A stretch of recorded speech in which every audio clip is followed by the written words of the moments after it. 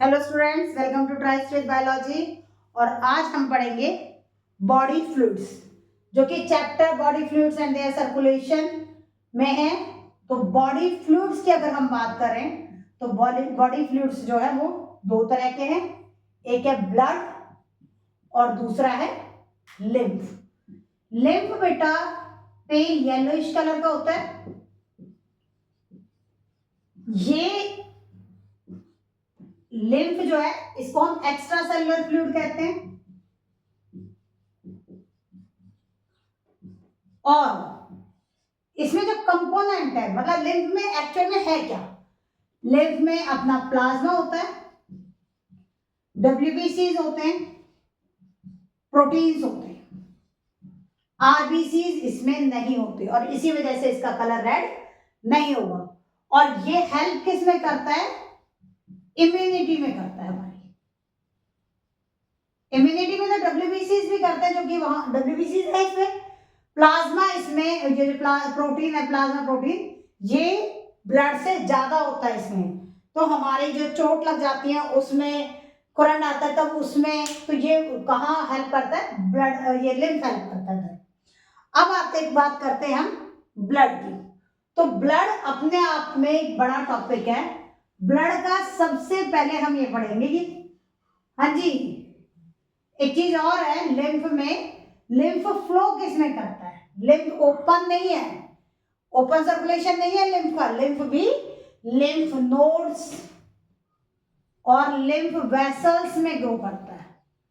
Lymph vessels और lymph nodes में flow करेगा, तो इसका सर्कुलेशन भी उन्हीं के अंदर होगा। अब हम बात करते हैं ब्लड की। क्या है ब्लड? कौन कौन से इसके कंपोनेंट है, किस तरह से ये फ्लो करता है, ब्लड वेसल्स कितने टाइप्स की होती है, हम इसमें सारी चीजें पढ़ेंगे। तो ब्लड जो है, क्या है ब्लड?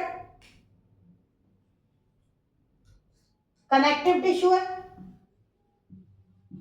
क्यों है कनेक्टिव टिश्यू? सारे के सारे बॉडी पार्ट्स को जोड़ देता है, हर जगह फ्लो कर रहा है, तो फ्लूइड कनेक्टिव टिश्यू है। कौन सा है?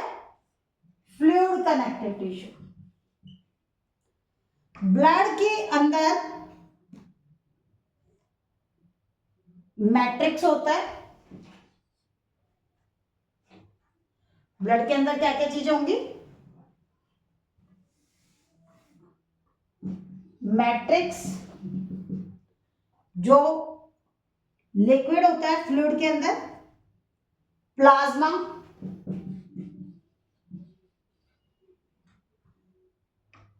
फॉर्म्ड एलिमेंट्स, फॉर्म्ड एलिमेंट्स में क्या क्या आ गए? आरबीसीज, डब्ल्यूबीसीज और प्लेटलेट्स। इसके ये जो ह्यूमन ब्लड है, जो फॉर्म्ड एलिमेंट्स है, इसी को हम ब्लड कार्पसल्स बोलते हैं। ब्लड कार्पसल्स, जो ब्लड सेल्स है उन्हीं को क्या बोल रहे हैं? Blood corpuscles. अब देखो, जो कंपोनेंट ऑफ ब्लड है, ये कौन कौन से हैं, या हम कहें कि एलिमेंट ऑफ ब्लड कौन कौन से हैं? ये है 3 टाइप्स के। कौन कौन से? आरबीसीज, डब्ल्यूबीसीज और platelets. Blood fluid connective tissue है, इसमें 3 टाइप्स है। अब इनकी हमने डिटेल पढ़नी है कि किस तरह से क्या क्या होता है। तो सबसे पहले देखो,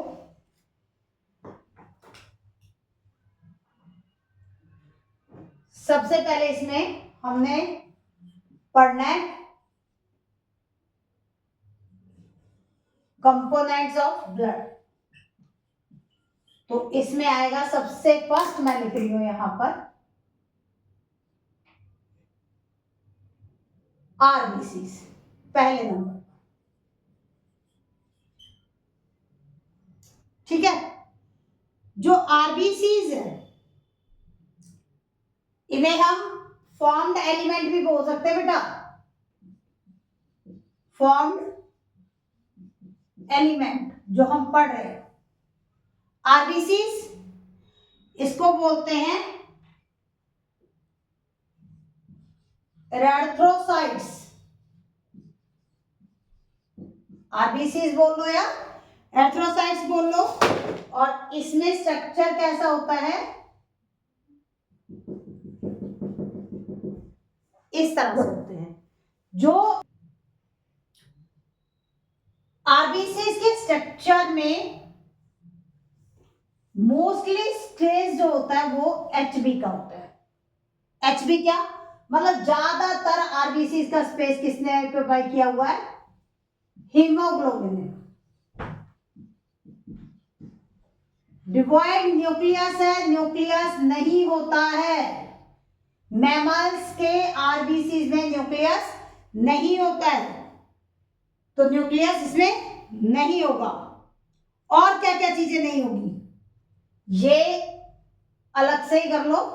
न्यूक्लियस नहीं होगा, माइटोकॉन्ड्रिया और एंडोप्लाज्मिक रेटिकुलम भी इसमें नहीं होता है। माइटोकॉन्ड्रिया एंड एंडोप्लाज्मिक रेटिकुलम, ये सारी चीजें इसमें एब्सेंट होंगी। क्या क्या, nucleus, mitochondria and endoplasmic reticulum, ये चीजें यहां पर आरबीसीज में नहीं होती हैं। क्या होता है आरबीसीज में, हीमोग्लोबिन ज्यादा अमाउंट में होता है, तो इसको अलग पॉइंट में लिख लो बेशक। क्या है, हीमोग्लोबिन।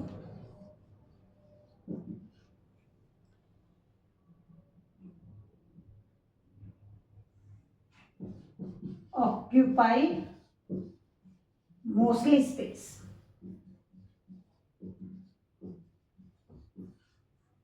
ठीक, अब आती है बात कि जो फीटस, जो आरबीसीज है वो कहां बनते हैं।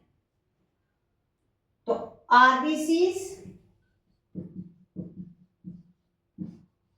फॉर्म इन बोन मैरो में बनते हैं। बोन मैरो क्या होता है, बोन मैरो होता है हड्डियों के बीच में जो फ्लूइड भरा होता है, white bone marrow, red bone marrow होता है।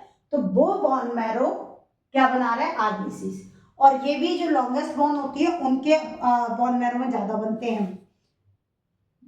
और देखो बेटा, ये है एडल्ट में जो बन रहा है। और अगर हम फीटस की बात करें, या हाँ, फीटस में आरबीसीज कहां फॉर्म होते, लिवर में।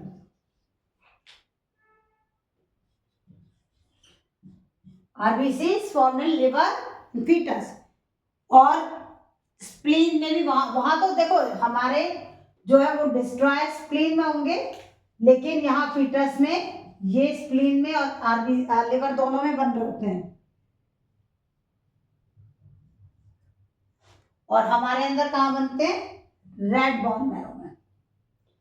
आरबीसीज डिस्ट्रॉय कहां होंगे, डिस्ट्रॉय कहां हो रहे हैं, वो होते हैं स्प्लीन में। स्प्लीन को हम ग्रेवयार्ड ऑफ आरबीसीज भी बोलते हैं।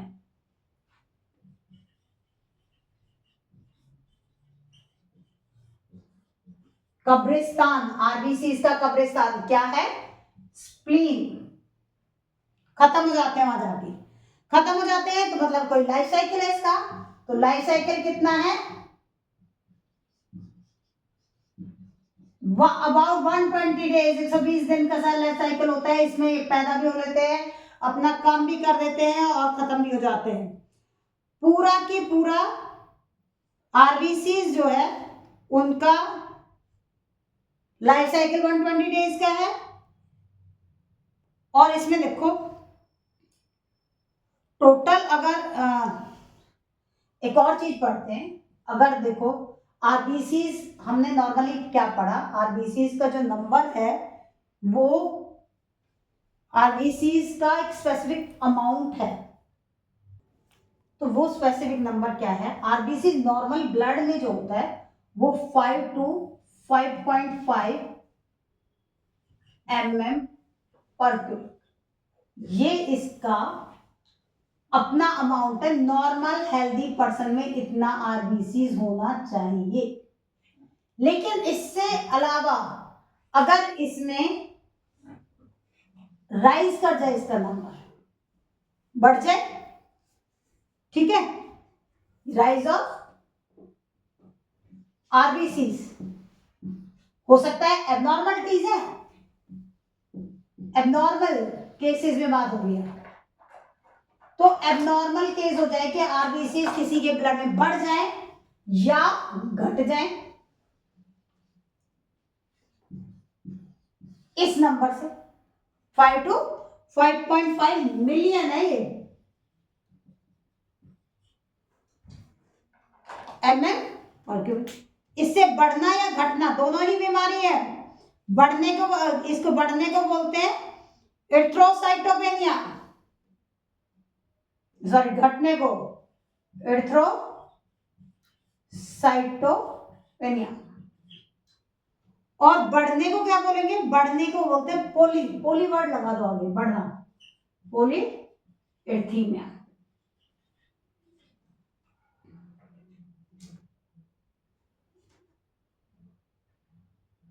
एथेमिया, पोली एथेमिया।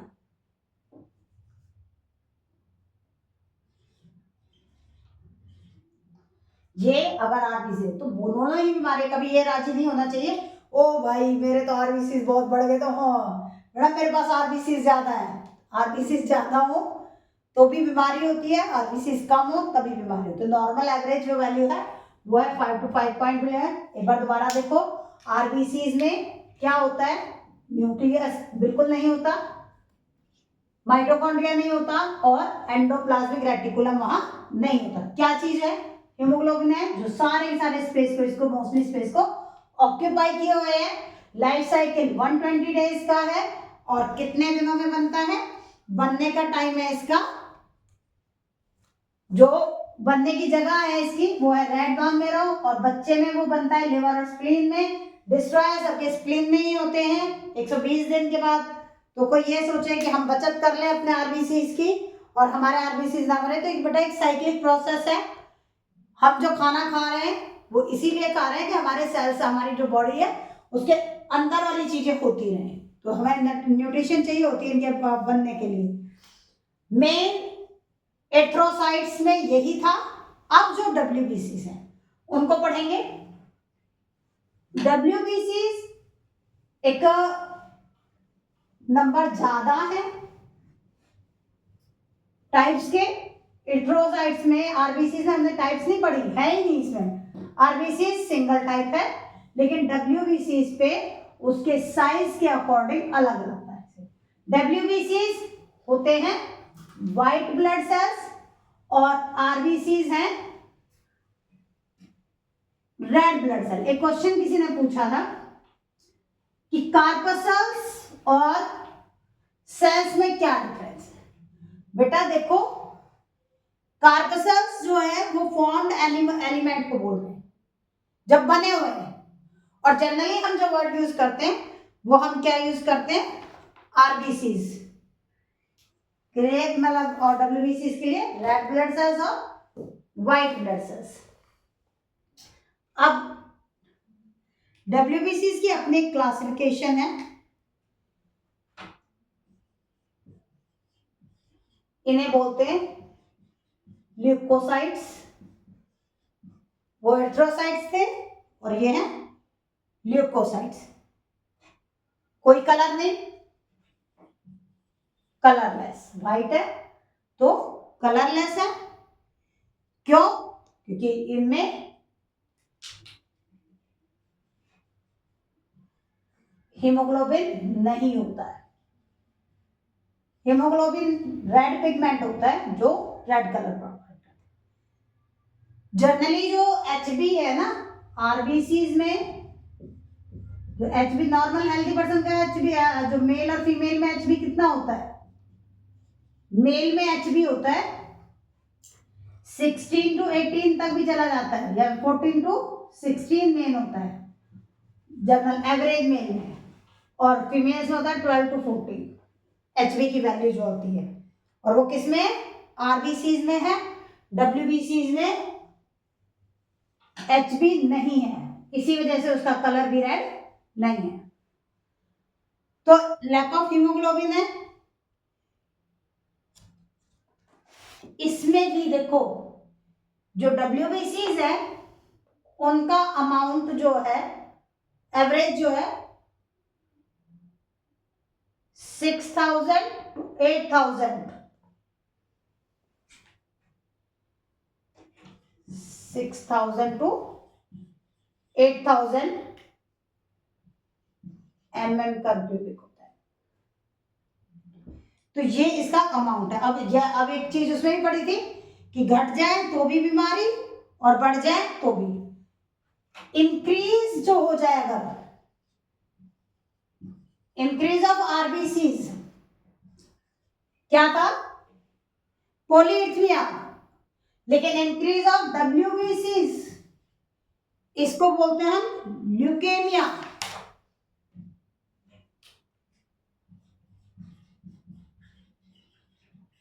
ल्यूकेमिया जब डब्ल्यूबीसीज ज्यादा हो जाते हैं और डिक्रीज हो जाए, इनका नंबर कम हो जाए,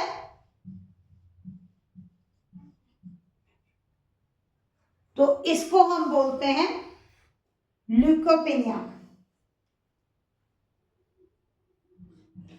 ल्यूकोपेनिया, उसमें एट्रोपेनिया था, यहाँ ल्यूकोपेनिया।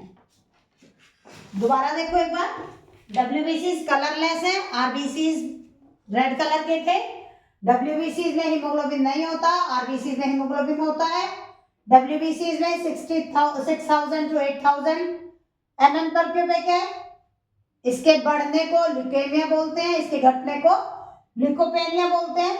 जबकि आरबीसीज का नंबर 5 to 5.5 मिलियन था पर क्यूबिक, और इसमें आरबीसीज के बढ़ने को क्या बोला था हमने, पॉलीइथेमिया, और डिक्रीज को एरिथ्रोपेनिया बोला था। यहाँ डब्ल्यूबीसीज के इंक्रीज को ल्यूकेमिया और ल्यूकोपेनिया इसके डिक्रीज को बोलते हैं। अब बात करते हैं टाइप्स की। आरबीसीज में हमने कोई टाइप नहीं पढ़ी है, लेकिन डब्ल्यूबीसीज में टाइप्स हैं। डब्ल्यूबीसीज कितने टाइप का होता है ये देखो बेटा। जो डब्ल्यूबीसी है ना, ये मेन इसके स्ट्रक्चर के बेस पे 2 टाइप्स का है। एक होते हैं ग्रेन्युलोसाइट्स,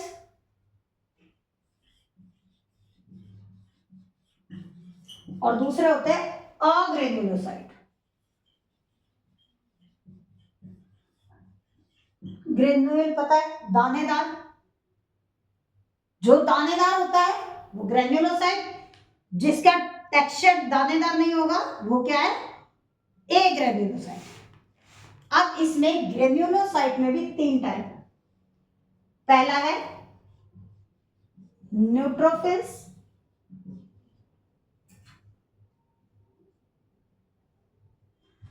क्या है, न्यूट्रोफिल्स।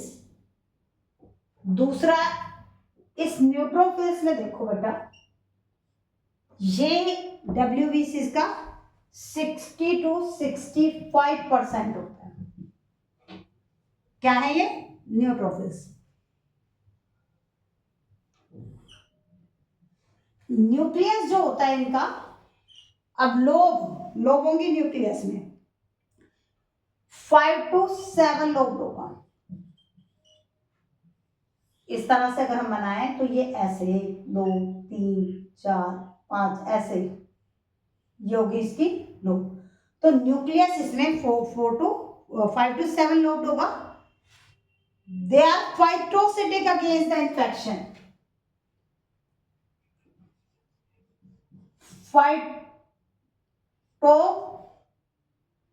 फैगोसाइटोसिस, एक वर्ड हमने कभी कभी आपने क्लास में अमीबा पढ़ा होगा, कभी छोटी क्लास में तो वहां पढ़ते हैं फैगोसाइटोसिस।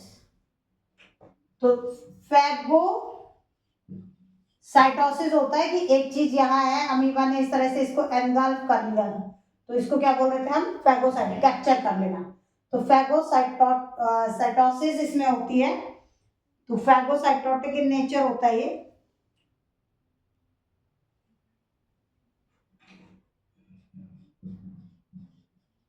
मतलब अगेंस्ट इन्फेक्शन, इन्फेक्शन कहीं अगर बॉडी में हो जाएगा तो ये न्यूट्रोफिल्स जो है वो वहां पर काम करेंगे और उन इन्फेक्शियस सेल्स को, इन्फेक्शियस एजेंट्स को सारी साइड से घेर लेंगे। जैसे अगर ये कोई इन्फेक्शियस एजेंट है तो ये न्यूट्रोफिल्स आ गए और इसको सब ने घेर लिया और यहीं इसको डिस्ट्रॉय कर दिया, खत्म कर दिया। ये क्या है, कैप्चर करके खत्म करना, फैगोसाइटोटिक नेचर है। फैगोसाइटोसिस इसमें होती है अगेंस्ट द इन्फेक्शन। और जो ये है इनका लाइफ से, देखो जिसका जितना अमाउंट ज्यादा होगा डब्ल्यूबीसी में उसका लाइफ शॉर्ट पीरियड हो जाएगा। लाइफ स्पेन है कुछ घंटे का बस।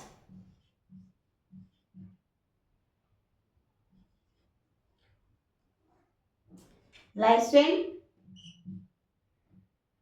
10 to 12 आवर्स। नंबर ज्यादा मतलब ब्लड में इसके परसेंटेज ज्यादा और लाइफ स्पेन कम। अब बात करते हैं इओसिनोफिल्स की।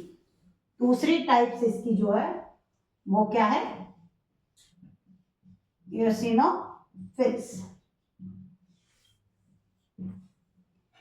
इसका परसेंटेज कम हो जाता है। इसका परसेंटेज क्या है, सिर्फ 2 से 3%। एक चीज क्लियर है यहाँ पे,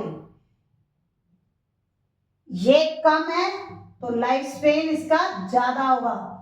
लाइफ स्पेन कितना, फ्यू डेज, पहले तो कुछ घंटे ही जी रहा था और इसमें दिन आ गए। यहां तो कुछ घंटे का है क्योंकि परसेंटेज ज्यादा है तो हर बार लाइफ स्पेन कम हो रहा है और वो ज्यादा है। इसका न्यूक्लियस, ये इसका न्यूक्लियस अगर हमने बनाया तो इस तरह से ही बनाया। अब कितनी लोग दिख रही है, 2। तो न्यूक्लियस इज बाइलोब, 2 ही लोग होंगे न्यूक्लियस में। और तीसरा जो इसका पॉइंट आता है वो अब ये आ गया कि ये इम्यूनिटी में कैसे काम कर रहा है, तो प्रोवाइड रेजिस्टेंस अगेंस्ट इन्फेक्शन। वो इन्फेक्शन को आने के बाद खत्म कर रहा था, ये इन्फेक्शन होने ही नहीं देता कि लो मैं तो रेजिस्टेंस हूं, इन्फेक्शन होगा ही नहीं। अब लास्ट जो है इसका ग्रेन्युलोसाइट्स की बात चल रही थी, लास्ट है इसका बेसोफिल्स। थर्ड टाइप जो है वो है बेसोफिल्स। परसेंटेज कम होता जा रहा है तो इसका परसेंटेज और कम होगा, 0.5 to 1% बस। तो लाइफ स्पेन इसका इन दोनों से ज्यादा होगा क्योंकि बताया है कि लाइफ स्पेन जितना परसेंटेज कम उतना लाइफ स्पेन ज्यादा। तो इसका 9 to 18 मंथ्स तक, मतलब महीनों में बात चली गई है। यहाँ कुछ घंटे लाइफ स्पेन, यहाँ दिनों में बात हो रही थी और यहाँ घंटों में बात हो रही है। यहाँ सॉरी महीनों में बात हो रही है, मंथ में चला गया है। इसका भी न्यूक्लियस बाइलोब्ड होता है। इसके न्यूक्लियस में 2 से 3 लोग हो सकते हैं। कैसे, ये 1, 2 और ये 3, इस तरह से। तो 2 से 3 लोग न्यूक्लियस में होंगी। और सबसे इंपॉर्टेंट फंक्शन है इस बेसोफिल्स का, मैं यहां लिखूंगी इसका फंक्शन, इसको अभी छोड़ देते हैं। क्या है, ये बेसोफिल्स की बात चल रही है। Secrete histamine, serotonin and heparin, histamine, serotonin and heparin. कब? At the time of allergy. Allergy के टाइम पर जब आंखों से पानी, देखो किसी को एलर्जी होती है तो क्या होता है, आईज से पानी आने लगेगा, नोज से नोज में पानी आने लगेगा, स्नीजिंग होने लगेगी, इचिंग होने लगेगी, रैशेज हो जाएंगे, इरिटेशन होगी आईज में, तो खारिश होने लगेगी आईज में। ये सब क्या है? एलर्जी के सिम्टम्स हैं। और ये सिम्टम्स हमें क्यों दिखाई दिए, क्यों हमारे अंदर ऐसी चीज हुई, जिसको भी एलर्जी हुई उसको क्यों ये सिम्टम दिखाई दिए? क्योंकि बेसोफिल्स जैसे ही कोई एलर्जन मतलब एलर्जी कॉजिंग एजेंट, जिससे एलर्जी होती है, वो अगर बॉडी में जाता है तो ब्लड के बेसोफिल्स, जो कि किसकी टाइप है? डब्ल्यूबीसीज के। कौन सी टाइप की? ग्रैन्युलोसाइट की। वो सिक्रेट करते हैं हिस्टामाइन, सेरोटोनिन और हेपरिन, और वो एलर्जी के सिम्टम हमें शो कर देंगे। और एलर्जी खत्म कब होगी? जब एंटीवर्ड मतलब एंटी से अगला एंटी हिस्टामाइन, एंटी सेरोटोनिन, ये बन जाएंगे तो एलर्जी खत्म। तो जो एलर्जी की टैबलेट्स आते हैं, ड्रग्स आते हैं, उनमें क्या सॉल्ट डाले जाते हैं? एंटी हिस्टामाइन और एंटी सेरोटोनिन डाले जाते हैं, जिससे कि वो एलर्जी खत्म हो जाए। ये तीनों टाइप किसकी थी? ये तीनों टाइप है डब्ल्यूबीसीज के ग्रैन्युलोसाइट्स। पहली है इसमें न्यूट्रोफिल्स, जो कि 60 to 65% है, जिसका न्यूक्लियस 5 to 7 लोब्ड है, जो फैगोसाइटोसिस करता है इंफेक्शन के अगेंस्ट, और लाइफ स्पेन इसका सिर्फ कुछ घंटों का ही है। दूसरा योसिनोफिल्स है। योसिनोफिल्स 2 से 3% है। इसमें क्या है, लाइफ स्पेन कुछ दिन का चल जाएगा, और यहाँ जो है वो न्यूक्लियस बाइलोब्ड है। ये इन्फेक्शन के अगेंस्ट हमें रेजिस्टेंस प्रोवाइड करता है, तो रेजिस्टेंस हमारी बॉडी की रेजिस्टिविटी को रेजिस्टेंस को ज्यादा करता है। अब बेसोफिल्स, बेसोफिल्स जो है वो क्या है, ये परसेंटेज कम हो गया, 0.5 से 1% ही है, और लाइफ स्पेन इनका कुछ मंथ में चला गया है, न्यूक्लियस 2 से 3 लोग रखे हुए हैं, और सबसे मेन इंपॉर्टेंट है कि ये histamine, serotonin and heparin secrete करता है। हेपरिन पता क्या है? हेपरिन तो थिनिंग ऑफ ब्लड, खून पतला करने के लिए भी यूज किया जाता है। हेपरिन जो डायलिसिस होती है ना, डायलिसिस के टाइम पे देखो, ब्लड जब बॉडी से बाहर आ रहा है, डायलिसिस करने के प्रोसेस जो है उसमें क्या है, ब्लड प्योरीफाई करना है, तो ब्लड को एक मशीन के में एक ट्यूब होती है, उसमें अंदर डालना है, तो ब्लड तो बाहर आते ही कोगुलेट होना, उसमें तो ब्लड क्लॉटिंग होती थी, लेकिन नहीं हुई। क्यों? क्योंकि उसमें हेपरिन डाल देते हैं लोग। हेपरिन ब्लड को पतला करता है और उसको कोगुलेट नहीं होने देता। तो ये हेपरिन, जिनको मायोकार्डिक अरेस्ट होता है ना, उनको इकोस्प्रिन जो दी जाती है उसमें हेपरिन होता है, उसके ब्लड को पतला करने के लिए, ब्लड वेसल्स में अगर गार्बेज आ जाए या क्लॉटिंग आ जाए। तो ये तो थे ग्रैन्युलोसाइट। तो अब बात करते हैं अग्रैन्युलोसाइट्स की। ग्रैन्युलोसाइट्स में फिर से 2 टाइप्स हैं। ग्रैन्युलोसाइट में कितनी टाइप है? 3 टाइप्स है, और ग्रैन्युलोसाइट्स में 2 टाइप्स हैं। ग्रैन्युलोसाइट्स मतलब जिसमें कोई दाने नहीं है। इन दानेदार होने की वजह से इसमें क्या है,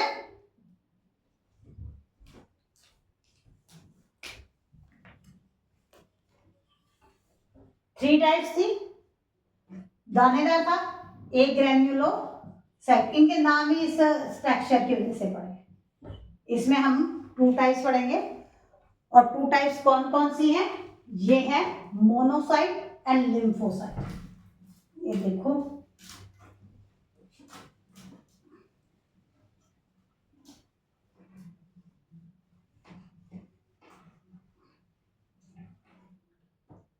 ये है मोनोसाइट्स और दूसरा है लिम्फोसाइट्स। ठीक, जो मोनोसाइट्स हैं लार्ज होंगे। हाँ जी, डब्ल्यूबीसी में अपना न्यूक्लियस था, सब में न्यूक्लियस बड़ा, न्यूट्रोफिल्स में, एसिनोफिल्स में, बेसोफिल्स में। मोनोसाइट्स लार्ज सेल, बड़े बड़े सेल होंगे। लार्ज और किडनी शेप न्यूक्लियस होगा, हैविंग बड़ा ही न्यूक्लियस होगा, सेल बड़ा, न्यूक्लियस बड़ा, और किडनी शेप इसका न्यूक्लियस होगा। न्यूक्लियस की भी शेप इसमें अलग है, ठीक है। इसके बाद इसके अंदर ये भी क्या करता है,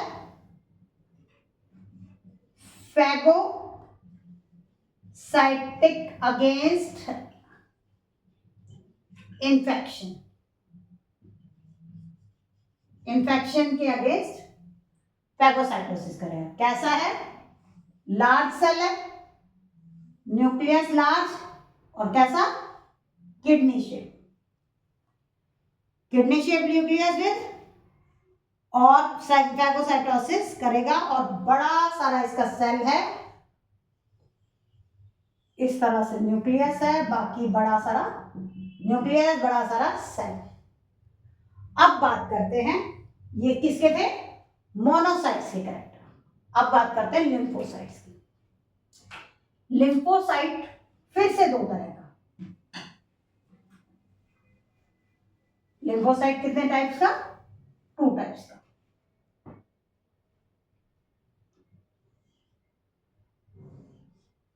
बी लिम्फोसाइट और T lymphocyte.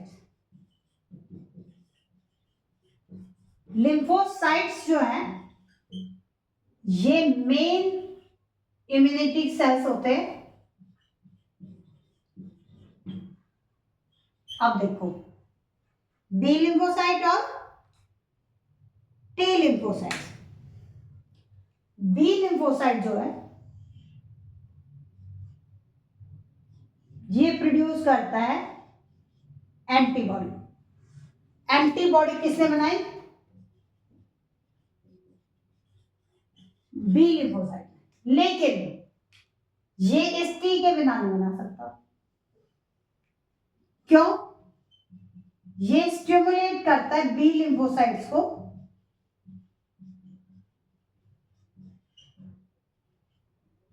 To produce antibody. अगर यहां टी लिम्फोसाइट काम नहीं करेगा तो बी लिम्फोसाइट काम नहीं करेगा। मतलब टी ने उसको स्टिमुलेट करना है, तब बी ने एंटीबॉडी रिलीज करनी है। जो बी लिम्फोसाइट है ये एंटीबॉडी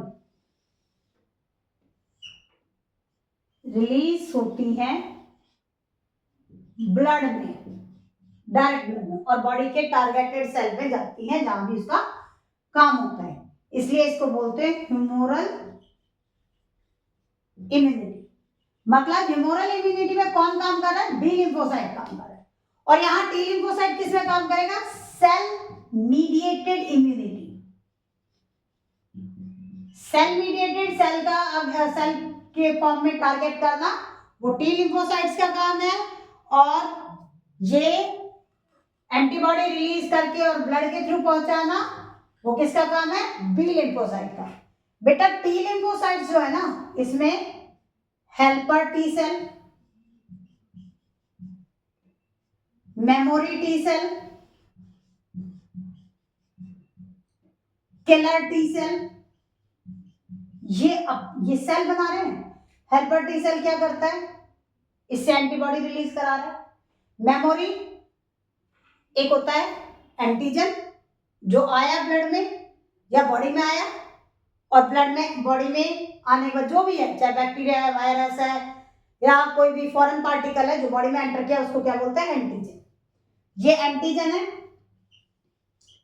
ये आया, और इसको टारगेट कौन करता है, एंटीबॉडी। एंटीबॉडी इसको मारने वाली चीज है, और ये मरेगी। बॉडी में एंटर करा फॉरेन पार्टिकल, उसको क्या बोलते हैं हम, एंटीजन। अब यहां ये जो है ये क्या कर रहा है, हेल्प कर रहा है सिक्रीशन में। ये इस इंफेक्शन को, पहली बार जब इंफेक्शन कोई बॉडी में होता है तो उसको टाइम लगता है, उसको टाइम लगता है कि वो उसको टारगेट करे और वो मर जाए, वो टारगेट करेगी मर जाएगी।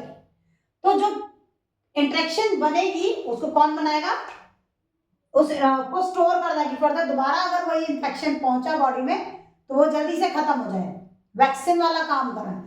तो वो इंटरेक्शन को स्टोर करने का काम होता है मेमोरी का, कि दोबारा अगर ये पैथोजन आया तो उसने डायरेक्ट ये इसी से कहना है ये वाली एंटीबॉडी रिलीज करो, इससे मरेगा। Killer T cell, killer T cell होता है जब कोई सेल के थ्रू किसी भी एंटीजन को मारा जाता है तो किलर टी सेल काम करता है। ये किसके, ये है सारी सारी डब्ल्यूबीसीज की टाइप्स,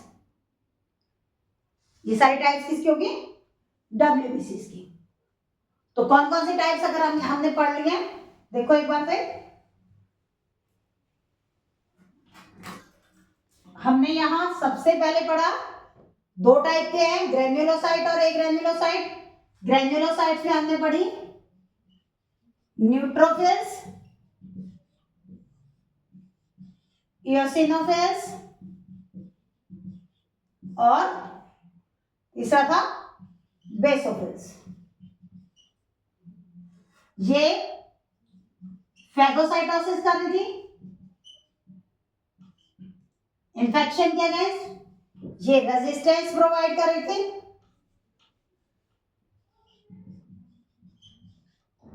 और ये सेरोटोनिन, हिस्टामाइन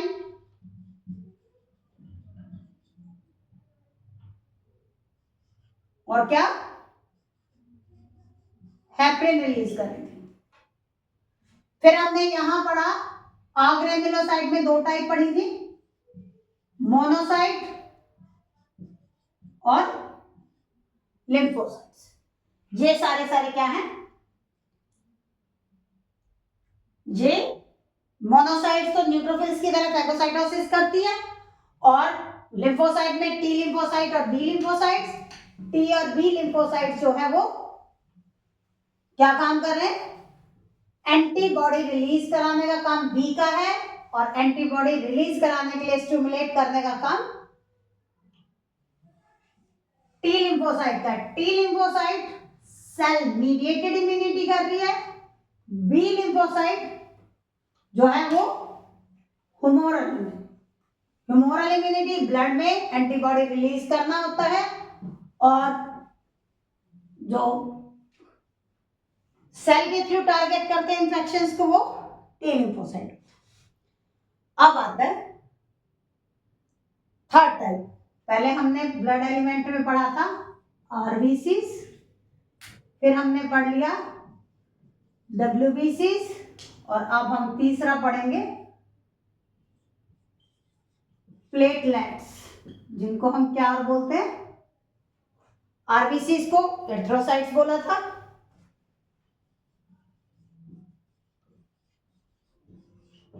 डब्ल्यूबीसीज ल्यूकोसाइट्स थे, और ये थ्रोम्बोसाइट्स हैं। तो हम अब पढ़ेंगे थ्रोम्बोसाइट मतलब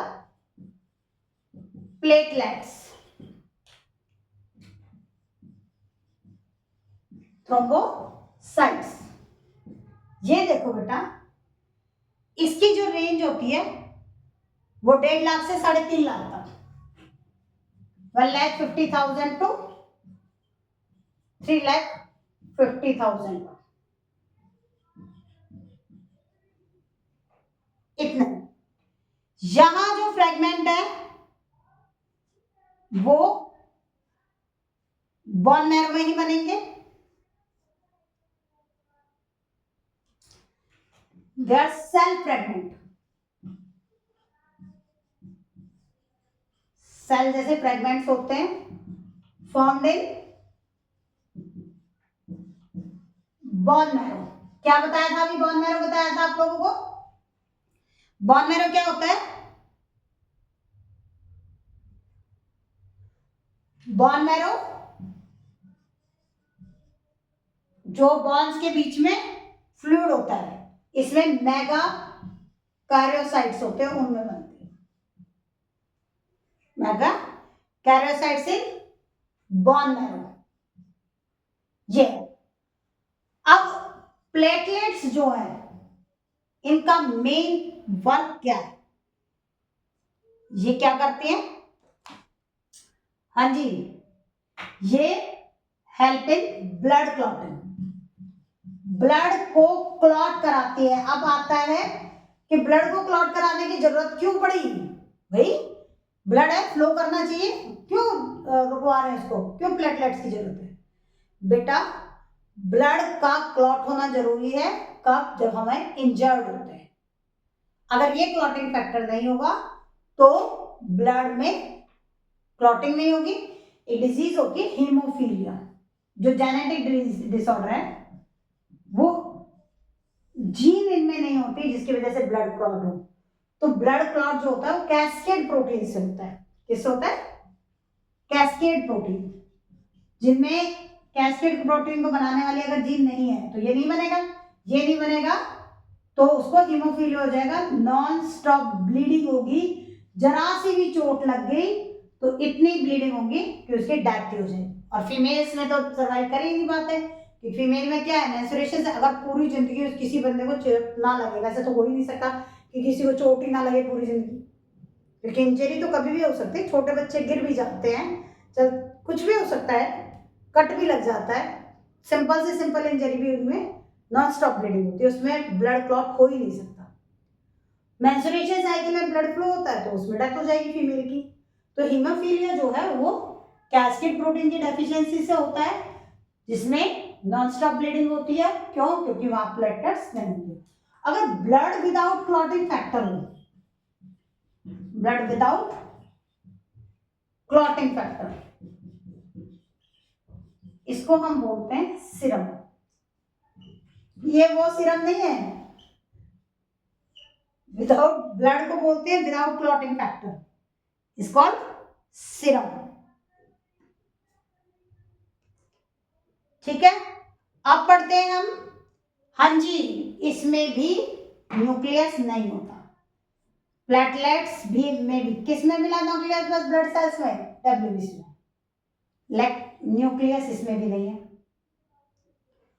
अब बात आती है जो प्लेटलेट्स है, और ये होंगे कैसे? ये भी कलरलेस होंगे।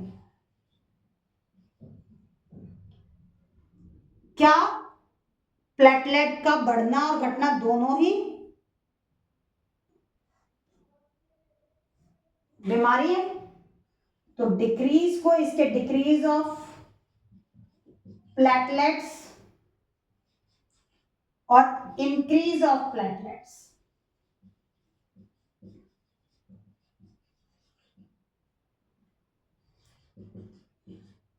ये एबनॉर्मलिटीज होगी किसी की भी,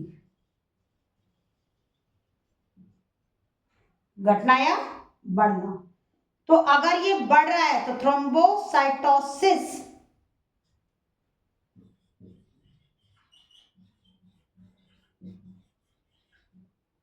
थ्रोम्बोसाइटोसिस, और घट रहा है तो थ्रोम्बोसाइटोपेनिया, थ्रोम्बोसाइटोपेनिया। ये प्लेटलेट्स का है। अब हम बात कर, जो ये जो ब्लड एलिमेंट फॉर्म थे वो सारा कंप्लीट हो चुका है। यहाँ कुछ टर्म्स हम पढ़ेंगे कि ब्लड फॉर्मेशन के लिए जो टेक्निकल वर्ड्स यूज किए जाते हैं वो क्या है। ये तीनों हो गए, आरबीसी हो गया, डब्ल्यूबीसी हो गया और प्लेटलेट्स हो गया। ब्लड फॉर्मेशन, और देखिए हमने ये कहा कि डब्ल्यूबीसी का लाइफ साइकिल कितना है, आरबीसी का लाइफ साइकिल कितना है, डब्ल्यूबीसी में जो टाइप्स थी उन सब का लाइफ साइकिल भी अलग अलग था। तो अब जो है फॉर्मेशन ऑफ ब्लड हम पढ़ते हैं। तो फॉर्मेशन ऑफ ब्लड में टाइप्स, मतलब कहाँ बना और कैसे ब्लड की फॉर्मेशन होती है, ये हम पढ़ेंगे अब इसमें फॉर्मेशन ऑफ ब्लड में। नेक्स्ट देखिए,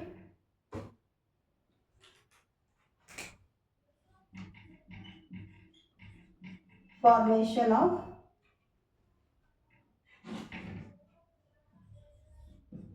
ब्लड। जो फॉर्मेशन ऑफ ब्लड है इसके लिए टर्म यूज किए जाते हैं, कैसे, मतलब हम क्या वर्ड यूज करें बायोलॉजिकली, हेमोपोएसिस, हेमोपोएसिस।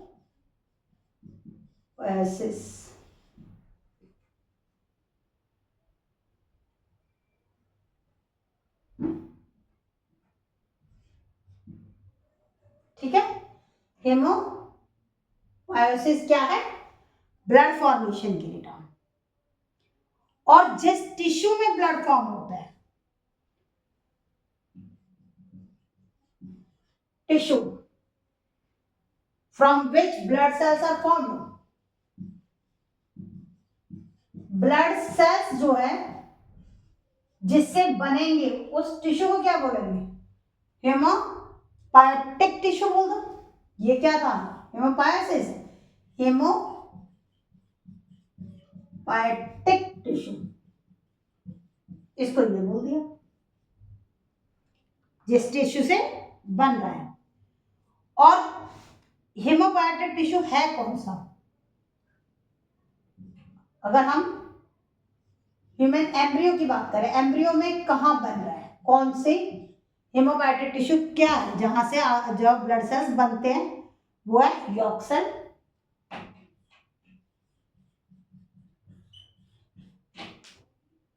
ठीक है, स्प्लीन एंड लिवर। या हमने आरबीसी में पढ़ा था कि आरबीसी यहां बनते हैं। एडल्ट्स में कहां बनते हैं,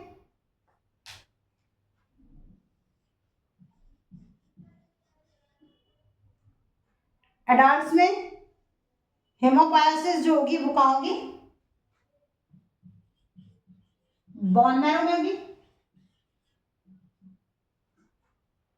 और बोन मैरो भी किसका, लंबी जो बोन होती है ना, छोटा छोटा बोन मैरो नहीं लिखते, बड़ी बोन कौन सी है, फीमर, वर्टिब्रल बोन, ये सब लॉन्ग लॉन्ग बोन्स में आती हैं, उनमें से उनके बोन मैरो में आरबीसीज डब्ल्यूबीसीज बनते हैं, आरबीसीज बनते हैं। और जो लिम्फ, देखो ये तो यहाँ तो पूरा ही ब्लड बन जाएगा, चाहे वो डब्ल्यूबीसी आरबीसी प्लेटलेट्स, लेकिन बोन मैरो में रेड आरबीसीज बनते हैं और ल्यूकोसाइट्स जो बनते हैं,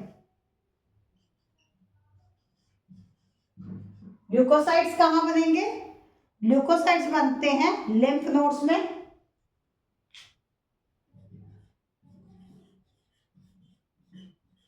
लिम्फ नोड्स और पियर्स पैचेस।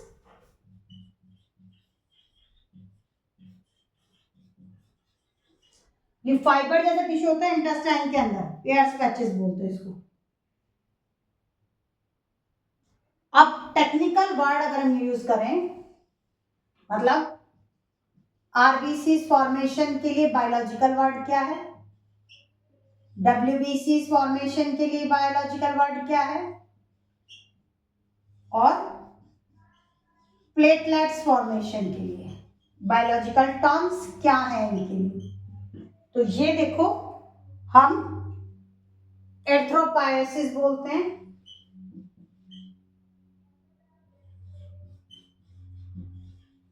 किसको, आरबीसीज की फॉर्मेशन को, ल्यूकोपायोसिस,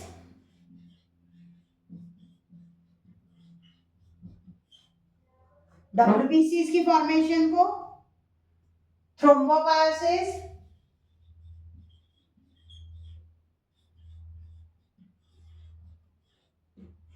प्लेटलेट्स की फॉर्मेशन को। तो ये क्या है, ये सारी सारी टेक्निकल टर्म्स है और ये कंप्लीट हमारा ब्लड और लिम्फ का हो गया है।